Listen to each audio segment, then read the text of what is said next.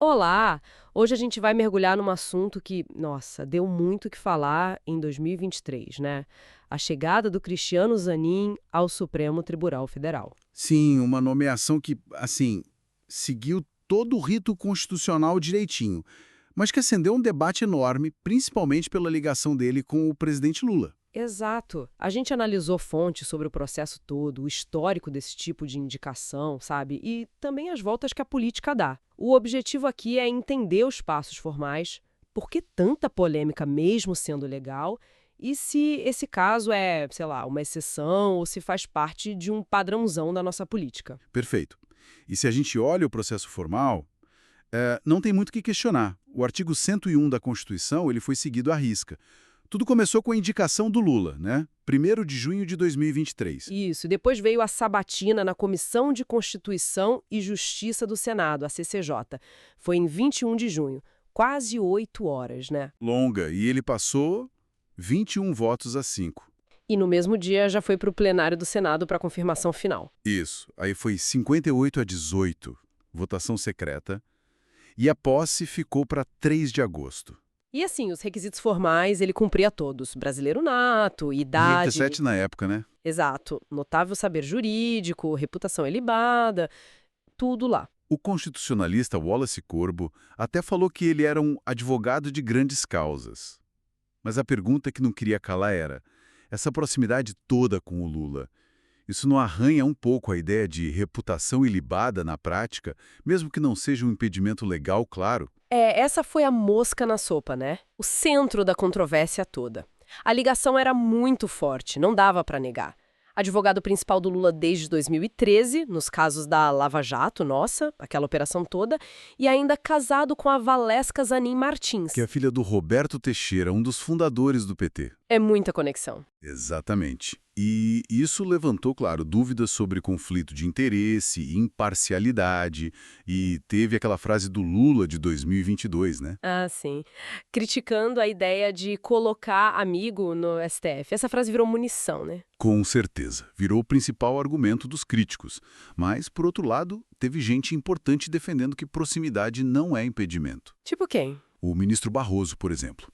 E o ex-ministro César Peluso também lembrou que existem precedentes históricos. Citou até o caso do Celso de Mello. E o próprio Zanin, como ele se posicionou na sabatina? Ele tentou, né, se descolar um pouco dessa imagem. Disse que foi indicado pelo trabalho na advocacia e que não teria subordinação a ninguém, só à Constituição. Foi a linha dele. E aí entra o contexto histórico que você mencionou, né? Porque essa questão da proximidade não é nova. De jeito nenhum. É quase uma tradição aqui no Brasil essa coisa de presidente indicar gente próxima. Se a gente for olhar para trás, Sarney indicou o Celso de Mello, que era assessor direto dele no gabinete civil. Verdade. E o Collor, que indicou o primo Marco Aurélio Melo. Choveu acusação de nepotismo na época. Choveu. E a lista continua, né? FHC indicou Nelson Jobim, que tinha sido ministro da Justiça e era amigo pessoal, dividiram até apartamento. Nossa. E o próprio Lula, antes do Zanin, indicou o Joaquim Barbosa, que foi uma sugestão do Frei Beto, amigo dele. E o Dias Toffoli, que era o advogado-geral da União dele. E mais recentemente, Temer com Alexandre de Moraes, que era ministro da Justiça, e o Lula, de novo, com o Flávio Dino, também vindo do Ministério da Justiça. É um padrão bem claro, né? O que isso mostra, no fundo, é um forte pragmatismo político brasileiro. É muito comum. O que seria esse pragmatismo? Explica um pouco melhor. É aquela ideia de que, bom, o discurso e as ações muitas vezes se adaptam às necessidades do poder, sabe? Aquilo que talvez fosse criticado antes, em outro momento, pode ser visto como necessário quando se está governando. Tipo, os fins justificam os meios nesse sentido? É por aí. Lembra daquela fala antiga, acho que de um dirigente do PT, sobre o partido não poder ficar amarrado no principismo? É um pouco essa lógica. Isso não é coisa de um lado só da política, né? Não mesmo.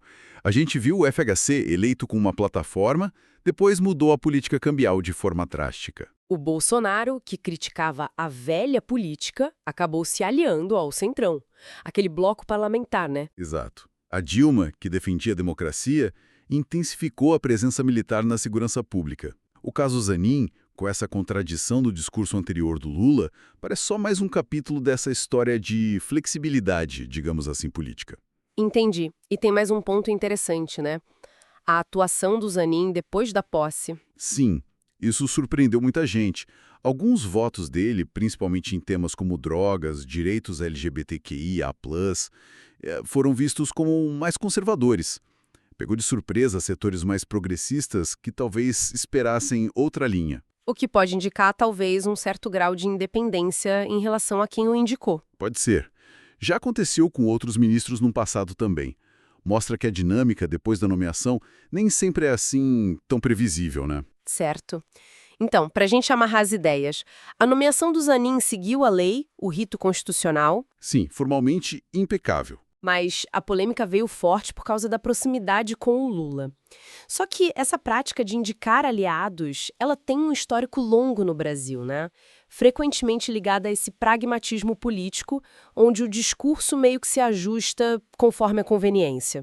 Exatamente. O caso Zanin acaba sendo um espelho interessante dessa relação executivo-judiciário, da percepção pública sobre a independência da justiça e dessa característica meio adaptativa da nossa política. Mostra como o legal e o que é questionado podem andar juntos. E aí fica uma reflexão final, né?